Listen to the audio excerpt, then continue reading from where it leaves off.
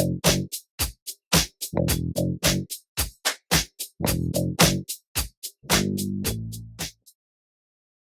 guys, we had some, we ran like multiple iPads in the future that we're involved in things that we're running. But just a couple housewarming things here.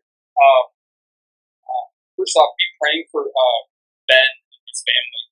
The reason why he's not here today is his daughter has something in her eye, and on top of that, she also has a pink eye, and then on top of that, she has a double ear infection. And the entire family is sick on top of that. And they've been sick a lot lately, so I just wanted to pray as a family, just for them today, just in your hearts, reaching out to the Lord. We just thank you for the Lombards, Lord.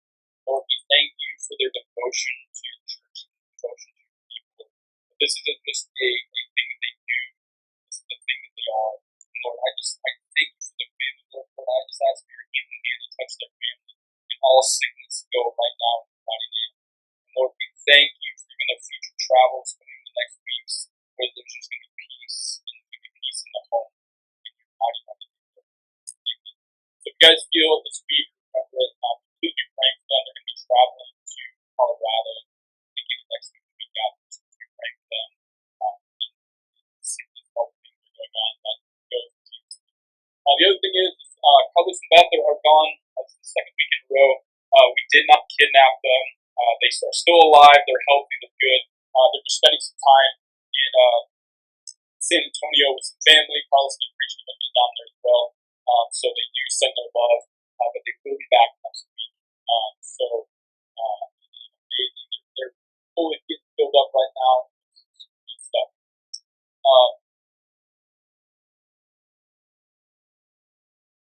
I talk about something today that's deep in my heart, and bring it up now. Break the ice.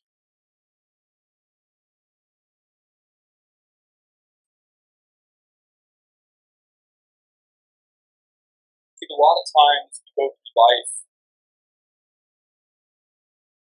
especially after we're saved, we go through life, probably go through life more safe as a Christian than we do non-Christian. I think part of that is because we know that we're saved, we know we're going to go to heaven, and we're going to spend eternity with God. And I think a lot of that is introspective, it's internal, it's on good. And we're not necessarily focused on advancing God's kingdom, we're actually just focused on moving forward. And if you look at Jesus' life, Jesus was the most scandalous person of that time. He didn't do anything. In the way that people thought that he should do. And,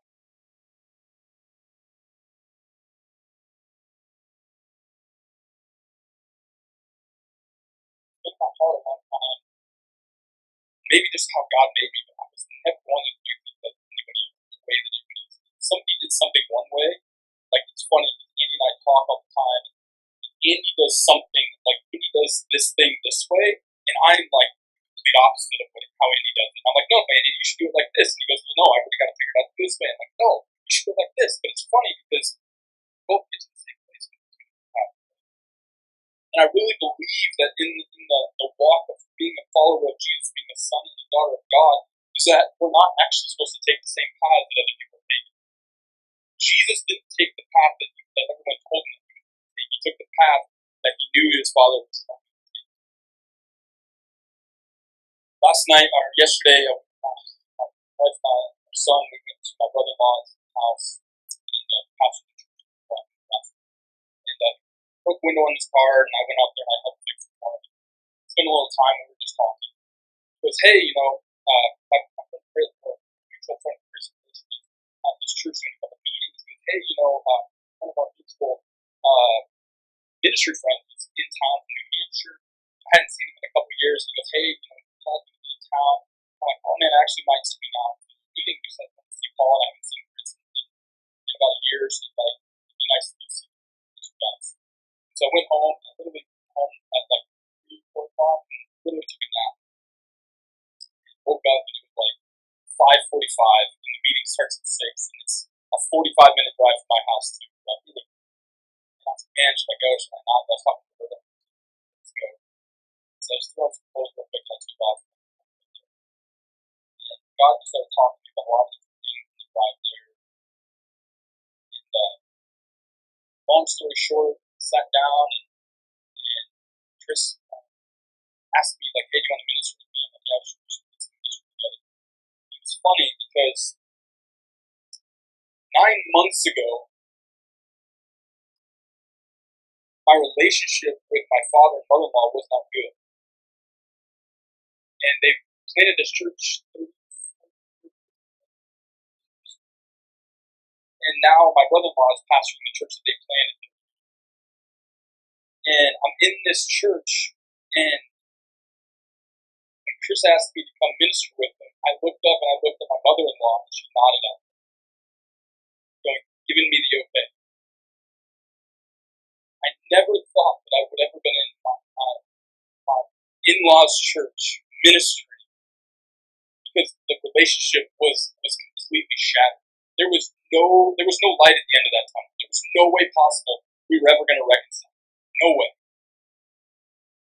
But God told me this thing. He goes, wait, because everyone around me, all these people that knew what was going on, they all said, Andrew, you just need, I know you think you're right, I know they think they're right, but you just need to go reconcile. You need to go reconcile. You just need to go apologize. It doesn't matter what happened. You just need to go. You just need to go. And God told me, if you do that, you'll actually steal a blessing that I'm actually going to bring through your father. And everybody told me I was wrong.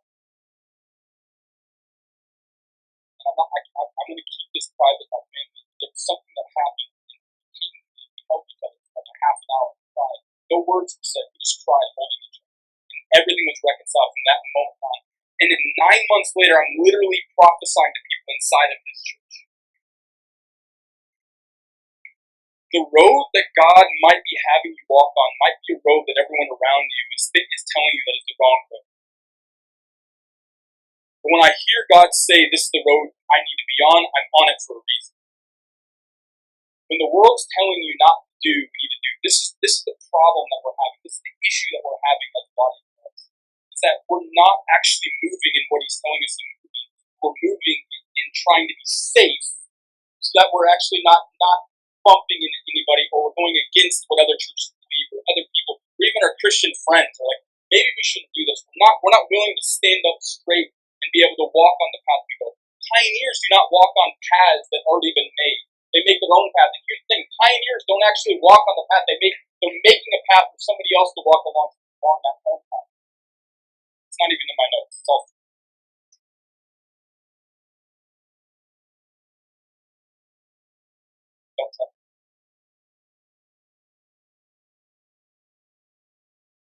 I'm just going to read this. It's been in my heart for a long time.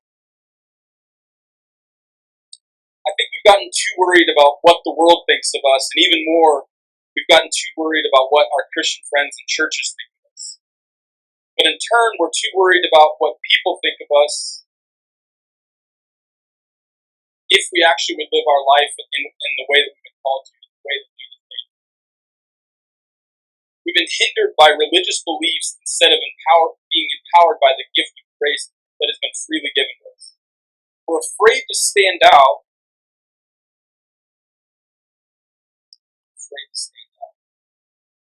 When it is what we've been called to before we were even woven in our mother's womb. Fear keeps us in caves of protection, instead of out in the world, that which God loves so much that he sent his own son to reconcile the world back to him. We're bound by chains of poverty because of belief in lies, even though that we're called to be prosperous in all things. But there's one thing. God has freely given us grace through Jesus that marks us as the righteousness of Christ. Being called the righteousness of Christ is the thing that everybody for thousands of years in the Old Testament were working towards.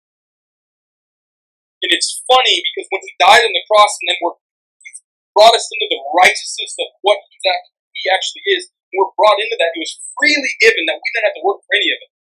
But these people for thousands of years have been working and working and working and upholding the laws and the 613 laws, and you have to do this, you have to do that, you have to do this. Guys, don't know if you guys fully understand the depth of the law. Do you know that in the law, if I took an olive and I was eating it on the Sabbath, and I put it in my mouth and I eat it back, and I would spit it out, that would be considered work.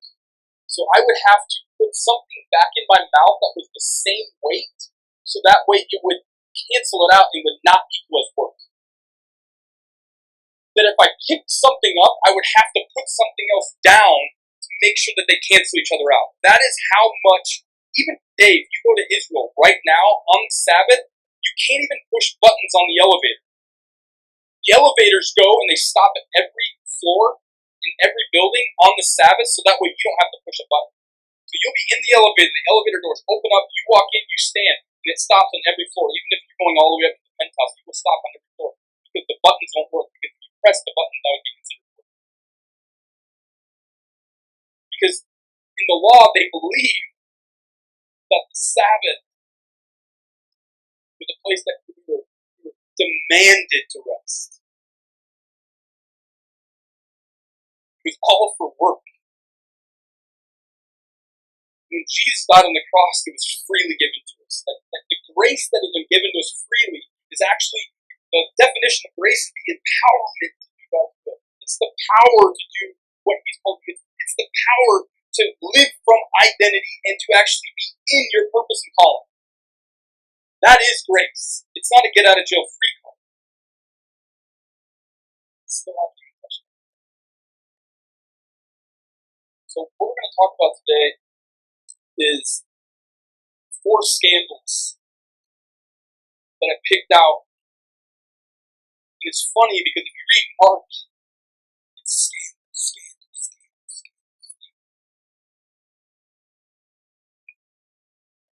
The thing I love about Mark is that Mark was actually written, scholars believe this, is that Mark was actually written by a scribe that actually followed Peter along. So it's actually the recollection of Peter's stuff. It's actually recollection of Peter's stuff. And if we know anything about Peter, the guy's pretty much a straight shooter. He rubbed people wrong. He was just right in your face and he was just zealous. I obviously we know me more than 30 seconds. I relate to people a lot. Peter just cuts it like it is, and people didn't like that. So I think one of the greatest things that in the book of Mark, what happens is that he actually calls Matthew, aka Levi, he actually calls him by his name. And then he actually not only does he call him by his name Levi, but he actually calls him out by his father. He said Levi, the father of, and I forget his father's name, but he actually tells you who his father is. And I think this is a big deal, and we'll get into it and get a little bit ahead of myself. We'll get into this. We also have to understand something too. When we're talking about these scandals, we have to understand something. I believe very deeply when we read the Word of God, we need to know this one thing is historical contextual understanding. We need to know what's going on in that culture, in that time, to be able to understand what the Word's actually saying. Because Jesus was talking to these people in their culture. He was talking to Jewish people in their culture. So we have to understand what the law is. We have to understand what covenants are. We have to understand what's going on politically in that world. We have to understand all these things. So we're going to kind of touch on that stuff a little bit today to give you guys some context here. But this is such a big deal because we're actually facing similar things. We're actually facing similar things in the world today. Things really haven't changed. It just looks a little bit different. I want to define something for you guys. I want to define what an actual scandal is. A scandal is an action or event regarded as morally or legally wrong, causing the general public outrage based on cultural beliefs. It doesn't mean that the scandal is morally or legally wrong. It's actually based on if the cultural beliefs say it's legally wrong. And it's also the outrage or the anger caused by the scandalous action as well. The scandalous rage. In the last few years, there's been some big name pastors and ministers that have fallen because of sexual morality and things like that. And they call it the scandal of the church.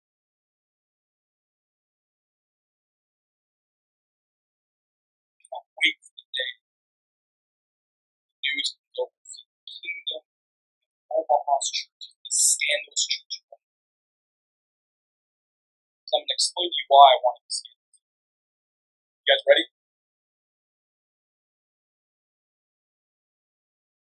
You have to understand something too. We're looking through the lens of the religious culture today. We're under the law, and you have to look at Jesus as the most scandalous thing ever. You got to understand something. People have been doing this for thousands of years. Okay? Jesus comes in the room. Like, just say if I came up here and I go, okay, guys, I want everybody to throw their Bibles on the floor. We're just going to start a fire here. We're going to burn them down. I have a new teaching now. This teaching is old. It needs to go away. I have a new teaching. And here in about 68 years, there's going to be a new Bible that's going to come out. Just follow me and follow my people. And then I'll give you a new Bible here in about 68, 70 years. What would you do? You'd probably throw everything in there. You'd probably walk out of here. I'd talk to you. Facebook posts. I'd be all over Charisma. I'd be all over every magazine in the world because people would call me crazy. You have to understand something. That is literally what Jesus does. Jesus goes, hey, the thousands of years of tradition that you guys have been living in, it's all done. I'm here. Follow me. Let it all go. Here's what you believe. Let me show you how much bigger and better. Bigger and better. You have to understand these things. I just want to give a little preface here as well. This first scandal is probably this first scandal here is my favorites. Levi, aka Matthew, the tax collector, he was called the Levitical priest. He was in the bloodline of the Levitical priests. So for him to actually call himself Matthew, most scholars believe that Matthew actually named himself because he didn't want people to know that he was actually quote unquote shunned from his family because he was supposed to be a Levitical priest, but then he chose to be a tax collector. So they believe he was completely shunned, and he was actually using the name Matthew to actually protect himself from the wrath of what was going on in the family.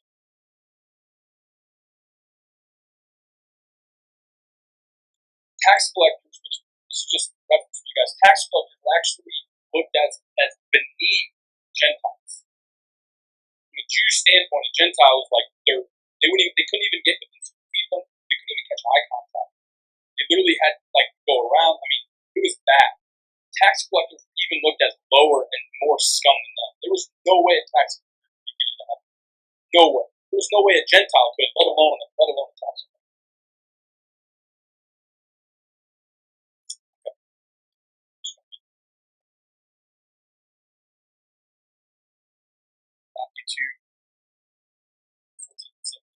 As he passed by, he saw Levi, son of Alphaeus, sitting in the tax office, and he said, follow me. He got up and followed him. And it happened that he was reclining at the table in his house, and many tax collectors and sinners were dining with Jesus and his disciples there. There were many of them, and they were following him. And the scribes of the Pharisees saw that he was eating with the sinners and tax collectors, and they said to his disciples, why is he eating with tax collectors and sinners? And hearing this, Jesus said to them, it is not those who are healthy who need a physician, but those who are sick. It did not come to call the righteous, but the sinners. There's so much here that I don't think that we have dove into this stuff. I can sit here for the next hour of these things and just not even touch this. First off,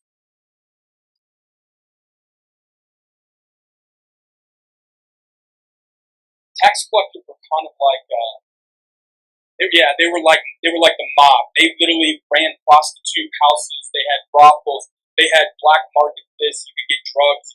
They literally ran everything. He was sitting with other tax collectors. He was sitting with all the people that controlled everything in the economy, from the brothels to the businesses. They were strong-arming people. They were, scraping off the top. They were doing things like the mob. Here's the greatest part about this, and other sinners. Guys, Jesus was sitting down at the table, eating and partying and drinking with these people that were prostitutes, with thieves, with people that had power in the city. These people were the scum of the earth. They ran. want you to question something.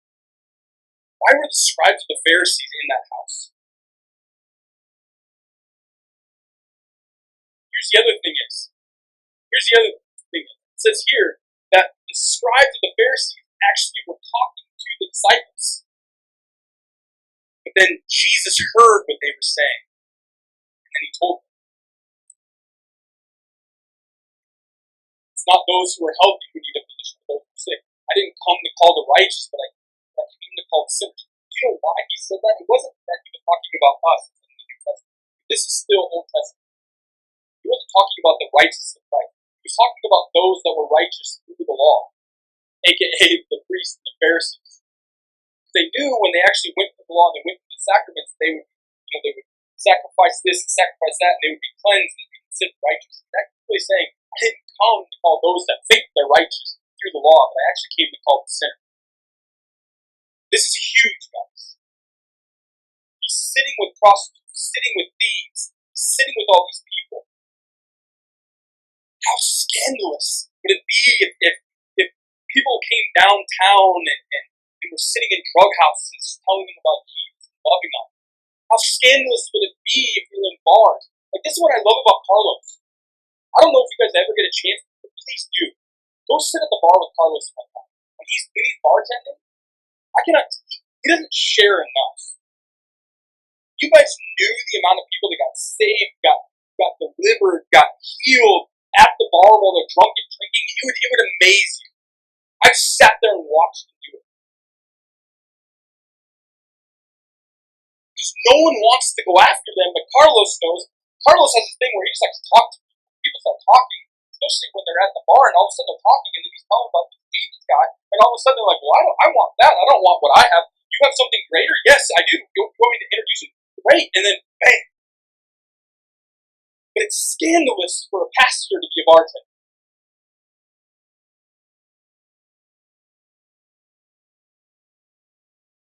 But the people that think it's scandalous are the ones that sit at home and don't do anything.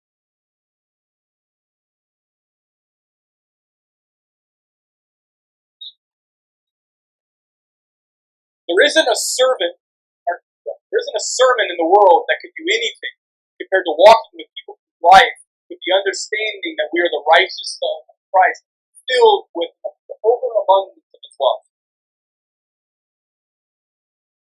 This might be news. I guess it's not. But who you are will transform people a lot faster than a Bible that most of us don't really realize. Your life is different. My wife gets to walk into over 100 homes. The business gets to walk into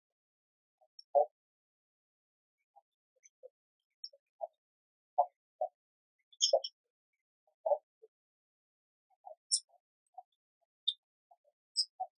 People ask about life, advice about their marriage and their kids and their things. And all our company does is clean their home. These people wait every day. They wait for them to come so they can talk and they can say what the problems are so that they can give wisdom. And all we do is clean homes. Good life. How we walk around and you're putting around. Like, we need to get out of this thing as Christians that we have to hide in our Christian meeting places and our Christian friends. We need to have a lot of friends that are going through junk. We're not called to actually sit in our caves of no chaos and peace. We're actually called to be peaceful, go sit inside of chaos and create peace in chaos. And Jesus, being the scandalous man that he was, he actually stood into this. We need to be a scandalous people. Scandal 2. Praise God, I'm moving fast.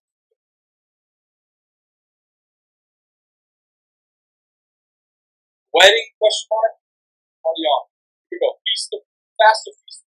Verse 18, Mark 2. Like I said, this is right in a row, guys. You guys can go through this in your Bible. Literally, I could go through Mark and I could come up with 20, 30 different scandals. And I had to put it back and forth because I want to give the people in the back some time. John's disciples and the Pharisees were fasting. And they came and said to him, Why did John's disciples and the disciples of the Pharisees fast? But your disciples do not fast. Jesus said to them, while the groom is with them, and the attendants of the groom do not fast, can they? As long as they have the groom with them, they cannot fast. But the days will come when the groom is taken away from them, and they will fast on that day.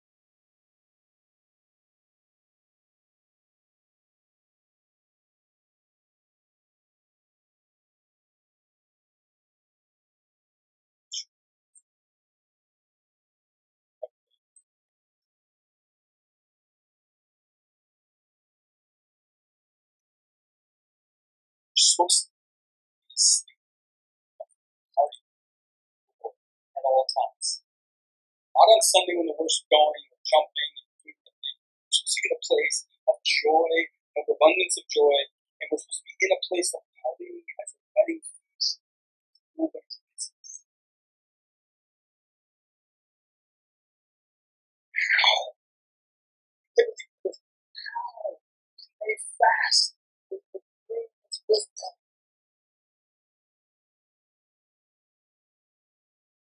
It's funny.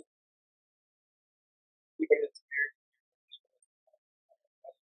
it'd be really funny if the husband and the wife was like, today's fasting day. So like, okay, for me, no food. Everybody else eat the $50 a plate, but nobody else can.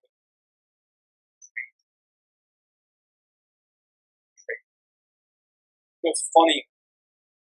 It's super funny how the Lord chose something that the world would call unwise. Think about how unwise this is. I'm going to build an eternal kingdom, build an eternal world, right? So what I'm going to do is I'm going to create this quote unquote utopia where everything's perfect, everything's amazing, and food abundance, and the roads are going to be gold, and there's going to be mansions, all these things. Praise God.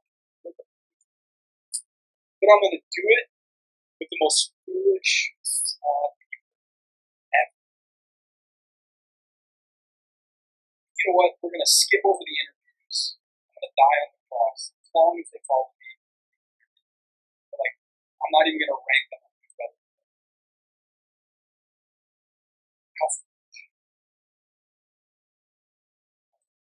It'd be like giving my food to the CEO of Amazon. I don't know how you. It's literally what it's like. But it's what.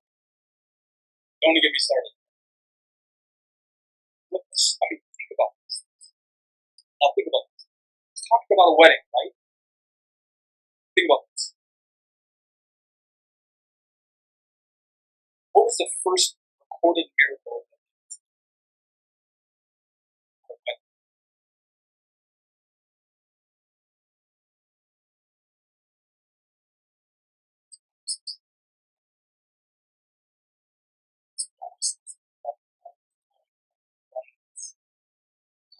Jesus?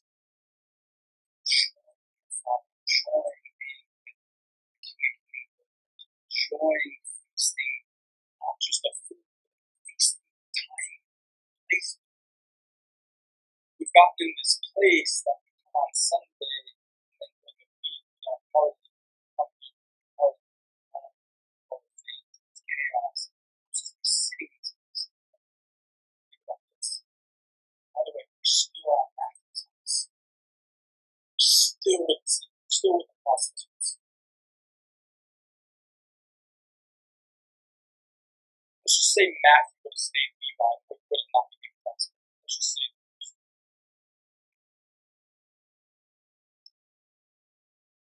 He wouldn't have been feasting. Matthew would not have been feasting. Jesus would not have been at his house.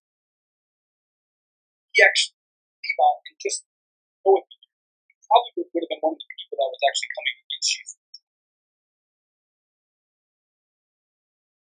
All those people that were in that room probably wouldn't have been in that room. Because who knows? Maybe the people in that room were networking with different types of people.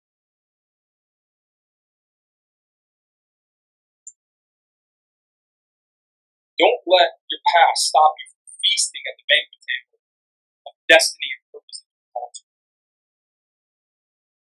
If Matthew wouldn't have chose to leave the Levite bloodline way, and he went in the way of the tax collector, and we don't even know, Matthew could have been an honest tax collector. Right? But what if Matthew would have chosen a different path? Sometimes that we want to hide our past, especially as Christians, we want to hide our past, but we don't actually take our path and use it as a launching pad for where we go, because we're so afraid of what we did. We looked wrong. Guys, if I stood here on stage and I told you my drunk before I got saved, there's no reason why I should have a mic. There should be no woman in this room that you feel safe around if you do that past. It's insane. My sister-in-law literally saw before I was my brother, and she literally said, Andrew, I can't even tell the difference between the two. Old you and who you are now, they're not even in the same ballpark. What I'm saying is this, that the thing about it is, though, is that I have an infinity for what I hear, that I have this justice toward you. I would have never been the person I had, with the perspective I have, if I would have not lived that life. Quit throwing away your past like it's nothing and actually using it for good. The word's very simple. It says use everything for good. If Matthew would have pushed it all away and said, "Oh, I was a tax collector, I was a sinner, I did all these things. Okay, I'm going to push this away." And Jesus, no, we'll find another house to go to. We'll go find a hotel. We'll go hang out at a hotel, and we'll get all these righteous people together, and we'll hang out. But he actually took Jesus and he goes, "Hey, Jesus, I know that I'm following you now. I know I'm all these things, but let me bring you into this book. These people need the same thing I have." He wasn't afraid of his past. He wasn't afraid of who he used to be. He knew who he was because he was following the one. He didn't even question. He said, "Follow me." He got up and he walked out. So he knew there was an identity that he picked up in Christ in the moment, but he didn't shun away from his past. He actually brought Jesus into the people of the past and let Jesus do it. It's amazing, guys.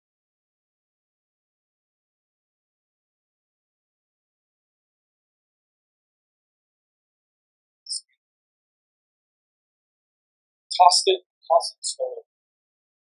This one is actually really deep. I haven't actually preached this message.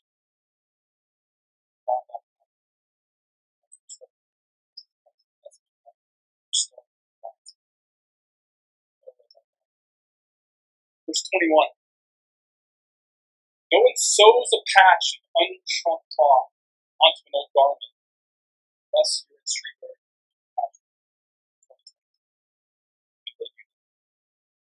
No one sews a patch of unshrunk cloth on an old garment. Otherwise, the patch pulls away from it and the new from the old. In worse tear. No one puts new wine into old wineskins. Otherwise, the wine will burst the wineskins, and the wine is lost, and the skin will be lost as well. But no one puts new wine into fresh wine. But one puts new wine into fresh wineskin. That's it.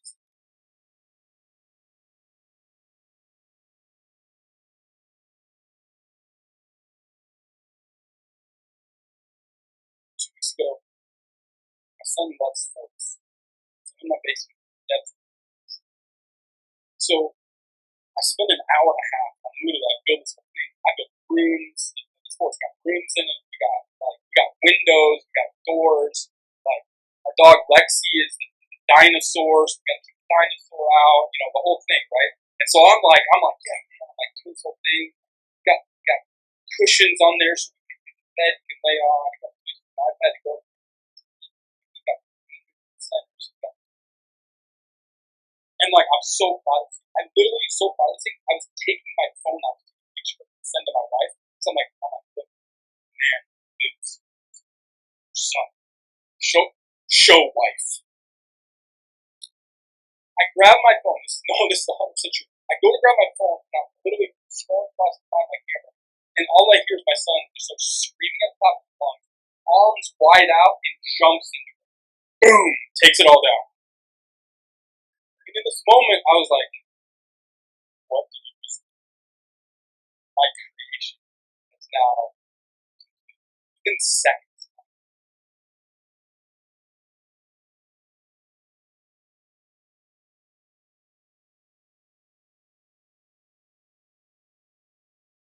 Jesus didn't come to patch up and fix the old religious system. He came to build a new kingdom that is eternal. Imagine 1,000 servants about new rights. There's a map of that process. He's telling them, I didn't come here to patch up the old. I actually came here to renew. I actually had this sermon talking about the renewing of the mind. It's funny because there is actually a process of renewing the mind. When you actually put the mind in open, they would actually take rocks and they would beat it on the inside. They would beat it to almost the pulp, and they would put it in the liquid because sand on the process. They would bring all the copper back together. They would actually make the water tight. And they would bring it back and they would sew it back together. The wine in it, so that way the wine would expand the gases that it actually wouldn't hurt. It would actually be strong again, right?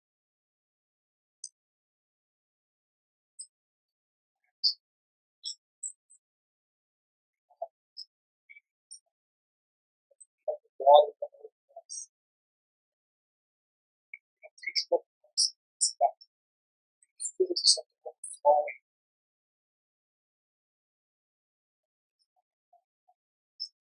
Well, it's dead to not made through Christ.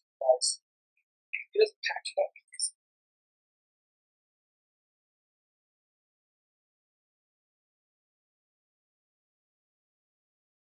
Don't become so familiar with religious traditions that we've all been taught. I mean, I grew up Presbyterian.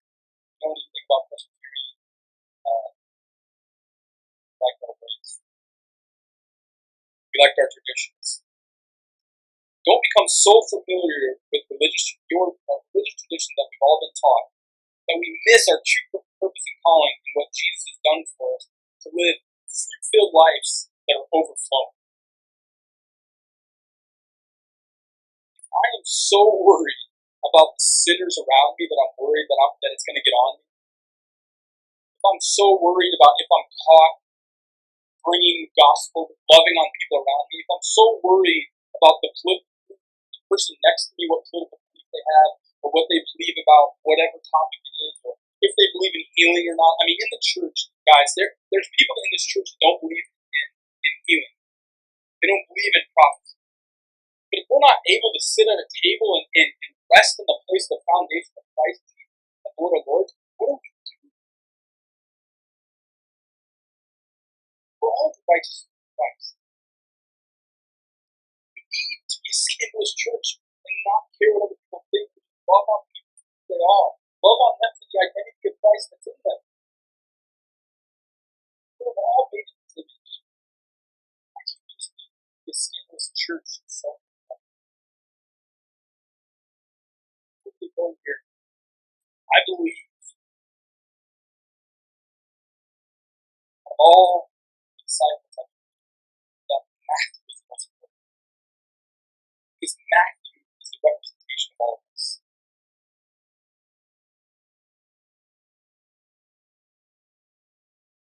Matthew turned to the second, no question. He stepped into his identity, stepped into his power.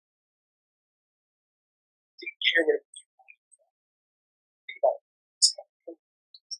Because he was a tax collector. And he still followed Jesus in the light of the world, knowing that everyone was created.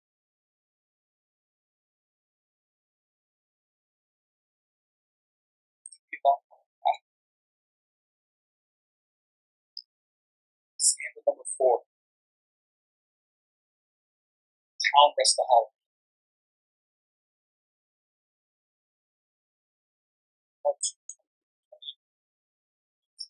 It happened that he passed through grain field and Sabbath.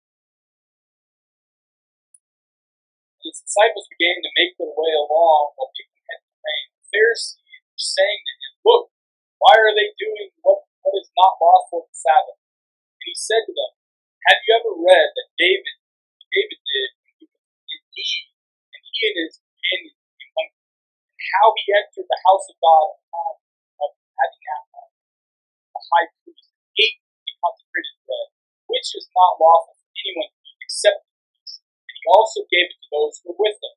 Jesus said to him, "The Sabbath was made for man, and not man for the Sabbath. So is the Son of Man the Lord, even of the Sabbath."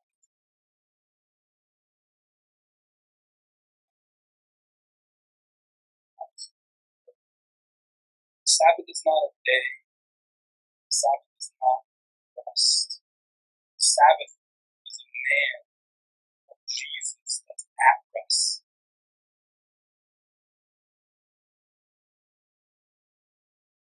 He doesn't stand up from his throne and he's worried about what's going on. He's at rest. Even when we're in chaos, even when everything around us seems like it's falling, he's at rest.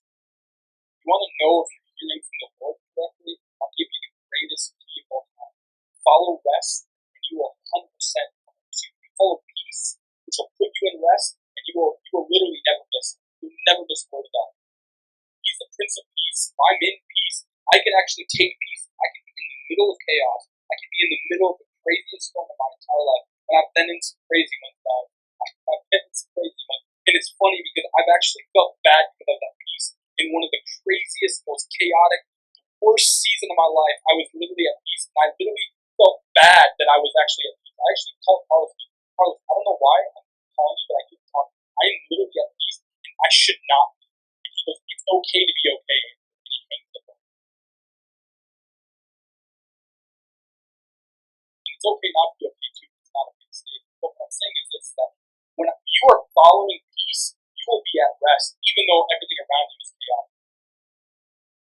It has nothing to do with what this passage is.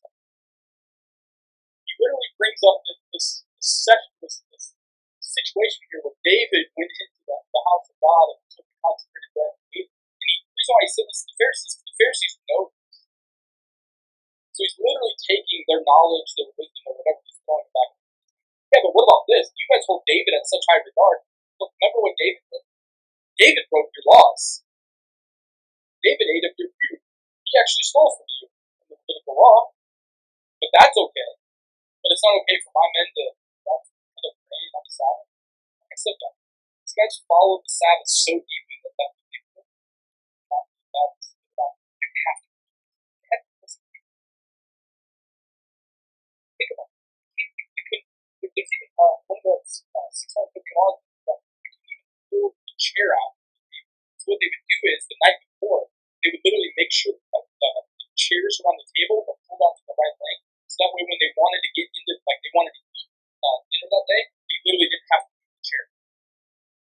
They would literally set their lives up so they wouldn't actually have to do work.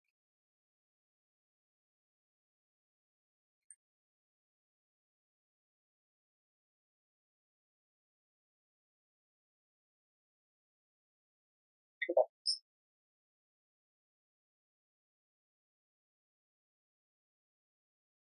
All of these families, especially really think about this. You want to go on vacation yourself.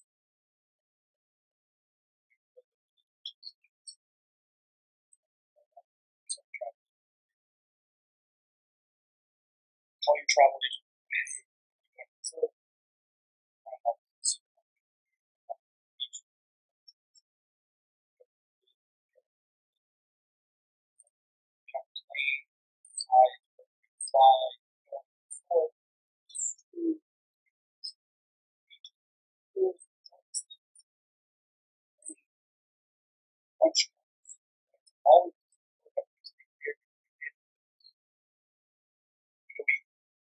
all of a sudden, you get done, and you get your wallet, money from the meal, you bring the check.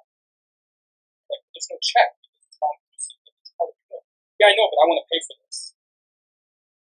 Because, I I need to pay for my meal. Dinner, this amazing steak, and all of a sudden, like, okay, bring me the check. Check. You already paid for it. Like, no, I need to pay. And then breakfast comes, and then you eat the eggs, you eat the sausage because the sausage is better than bacon.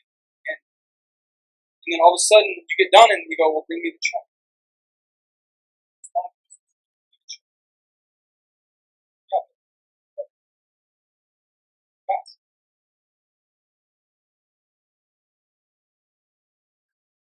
You rest. It's already been paid for. The boat is already been paid for.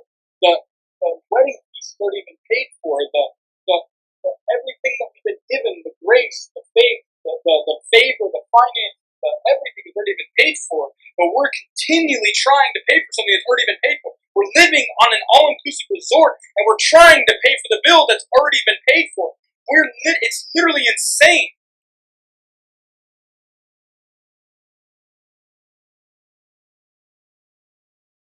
I think we need to do a little bit less of this and more of this. And I'm not saying receiving. I'm saying thankful for what He's done.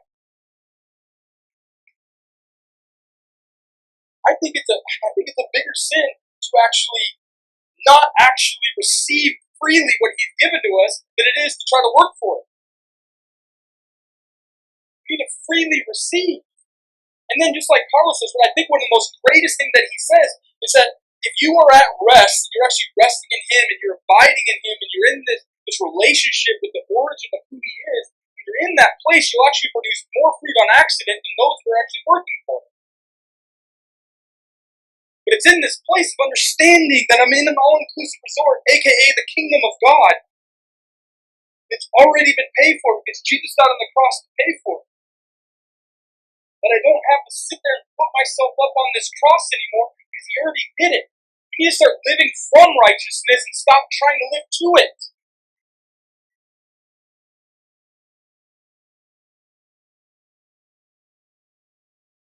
Disobedience is refusing the rest of God. Period.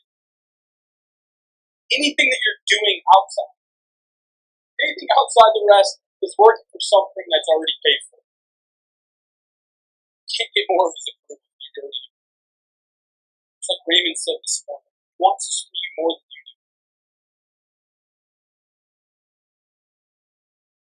Anything outside of rest is disobedience. That doesn't mean I'm not going to go do things, but it's that I'm doing things because I'm so enamored with God. I think Jesus said how with the prostitute, the thieves, and the tax collectors. Moved by His love. That it didn't matter what anybody else thought. It's funny that maybe were the got so much about this that when I explain that you're not that right, that you see that never once in Scripture ever calls someone that saves sinner to call them saint. Never once. The saints of emphasis. It's like the sinners of emphasis. It's like the saints. It's funny that most people have got so much wisdom. Hey, you shouldn't sell that. That shouldn't cause issues. You probably shouldn't do that. Like I understand what you're saying, but you probably shouldn't. It's fun. Between that shirt, like some shirt, that shirt. You know why? It's people that weren't saved understood. And they wore it, even though even on the explain biblically what it meant on the website, but they actually were like us. Us, saints and sons of God, we're scared of what the other Christians are doing. That shirt will actually give you doors for people that don't quicker than shirts. Like,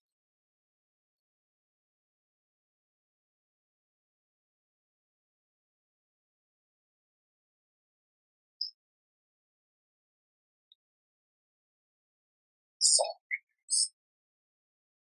You know what the good news actually means? It actually means that it's too good to be true. But it is. That's literally what it means.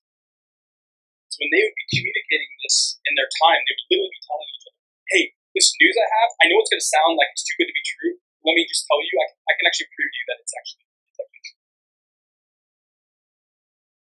But now, we get the good news. It's like, oh, everybody in here doesn't know Jesus. He's a pretty close guy. He's close friends. Not anybody can be bold and actually stand for Christ and a bunch of other people that are followers of Jesus. We don't want them. And then we have people,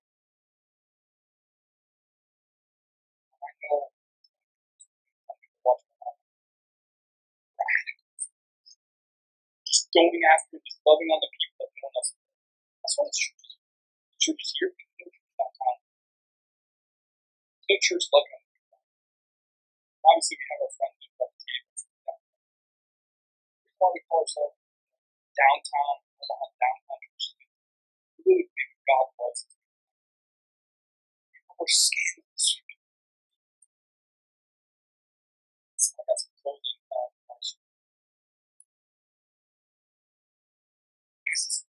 Honestly, it's what keeps me up at night.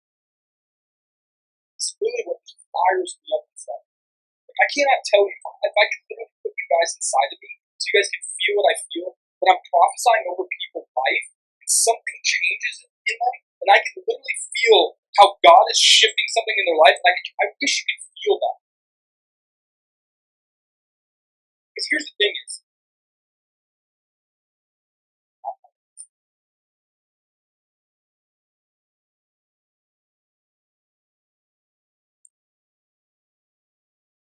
we look at this microphone, and the stage, and Facebook, and social media, and look at this thing, and like, this is the pinnacle of it all. The truth of the matter is that somebody in this position, when I'm up here, when we're talking, we have less authority to the loss of the people that need the love of God than the people that are sitting in those pews. Because somebody next to you could actually need something, but they're not going to receive from authority because I'm standing on, like, this is literally psychology. Because I'm standing on the stage and I'm actually speaking down to you, the normal reaction to this is that I'm an authority and you're a servant. But when you're sitting level next to each other, you can actually speak evenly to each other and love on each other. This is not authority. That is. This is for equipping. That's for doing. That's for loving. This is what this is all about. Be a scandalous church. Love the sinner that no one knows. Some people, this lady's been in my heart this entire time. My wife and I, we reached out to this conference in Tennessee. This lady,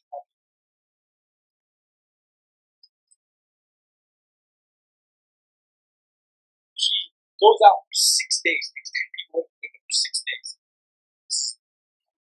6 days. They get 970 people saved in 6 days.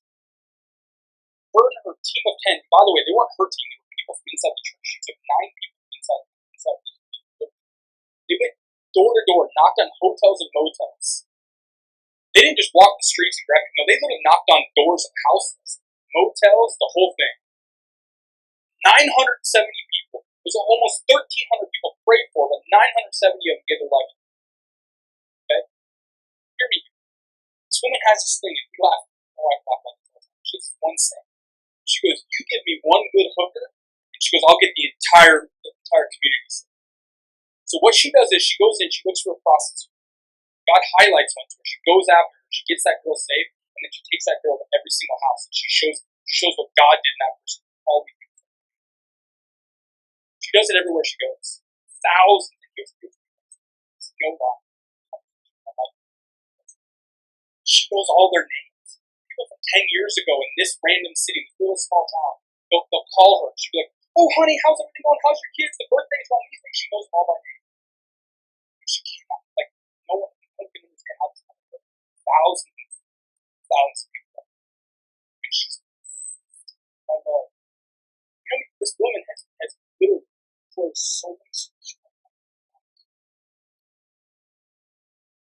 Many strip clubs she's closed down. people that own the strip clubs are trying to literally figure out this different just going into the back, rubbing on the road, strippers, strip clubs, and everything else. Literally. Then she'll take them into the city and she'll literally get them. And if you're a woman, you're able to go give these women that are how scandalous. How much would a religious spirit not want you to see the strippers? I was in a church once, I was youth meeting at the time, and they had this amazing ministry where they would go in and bring baskets into this club. People would say, these girls would get done stripping, get off at 4 o'clock, coming to this, wearing what they want, staying and sitting. You want to know what's funny is? The church, they lasted 2 weeks, the church pushed them out because they didn't like them.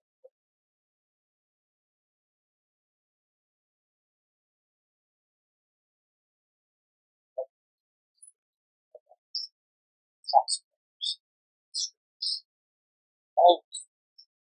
Feel that. Why? The only way that they'll come is if we're scandalous church. We're scandalous about our love. We don't care what culture says. We care about what the kingdom of God says. That we'll go after the one. We'll go after the thing. Guys, I'm the farthest thing from an evangelist. You guys ever seen the evangelist? I sit there with my arms straight and I just pray the whole time. And then when God gives me the word, I prophesy over it. I hope somebody else around me that can give me the word. That's not me. I'm the farthest thing from an evangelist. There's something that's burning in me, something that keeps me awake at night, something that's inside of me that's going, we need to be scandalous. We need to be the ones that I'm willing to stand up when everybody else kneels and goes on. We need to be the sheep that actually stands up straight and doesn't cower our heads. We need to be the ones that are walking with confidence that we are who Christ has called us. Right, we're filled and overflowing with love.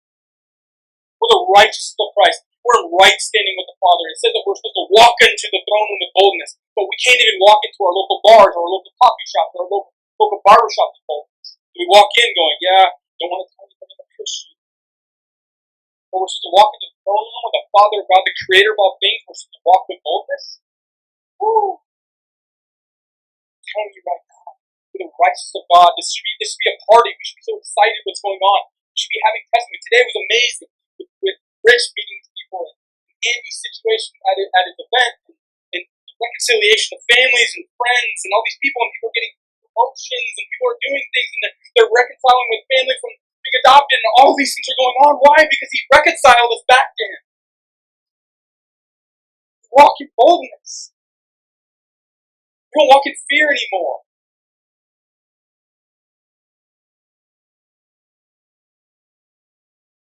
Guys, this keeps me up at night. It's time for us children of God to actually live from righteousness, but not trying to live to it.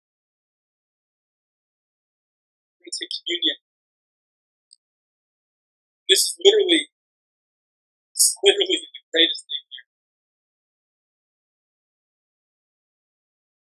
Because this is the epitome of scandal. It literally says, you will eat of my flesh and you drink of my blood. Now think about that with no context. Think about that from a place of not even understanding, having all the understanding of the word and what he was saying. But think about that from where they were at in that exact time and place. He's looking at all these people. He's going, you're going to eat me, and then you're going to drain my blood out, you're going to drink that. So I know that you guys all have these eating this stuff. Honestly, we're going to get rid of all that, and you're actually going to become cannibals. So you're going to eat of me. That's what some people thought. That's what most of them thought. They didn't understand. Scandalous.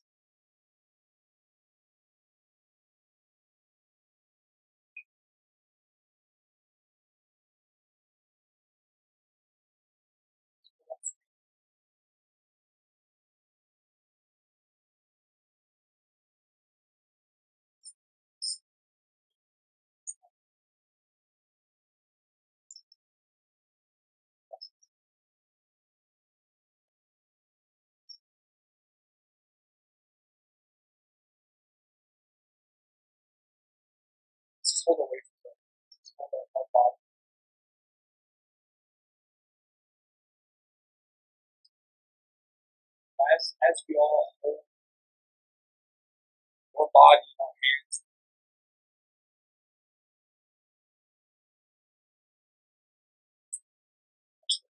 we're going to declare this as a church. I want you to be if you don't want to repeat this, not to hold, you're not to hold up the hands. Lord, I declare that I will be scandalous for you and your kingdom. I will no longer be in caves, but I'll be on hills shining above. Lord, I declare in your name that I will live with a radical love. All of the people that you died on the cross, your body was broken for us.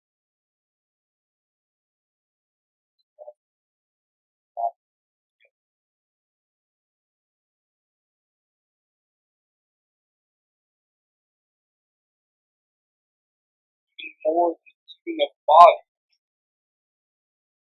even more scandalous side of his blood.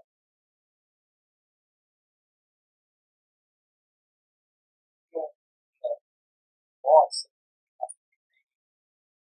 blood, you thought other cultures not like but even in the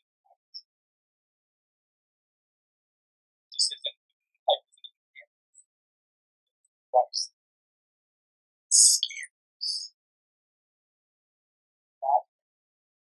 It's the it says in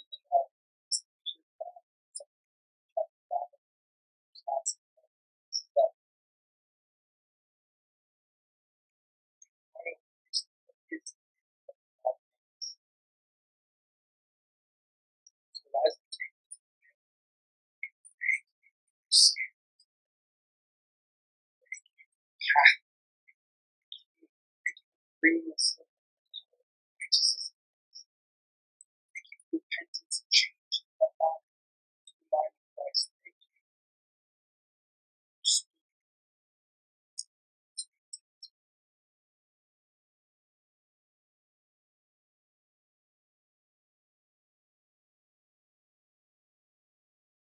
I believe everything in my heart. The next few months, I'm going to hear the things that you guys are doing, like the scandalous love of God.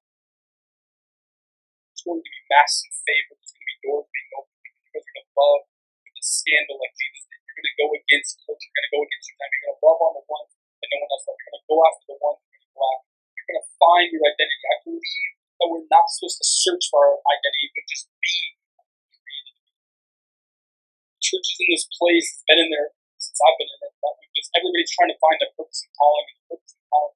And what am I? Am I an apostle? Am I a prophet? Am I an evangelist? Am I an entrepreneur? Am I supposed to be a stay-at-home mom? Like that's the greatest ministry in the kingdom of God. Mother, I believe that's all my heart. I think it's even greater than apostles.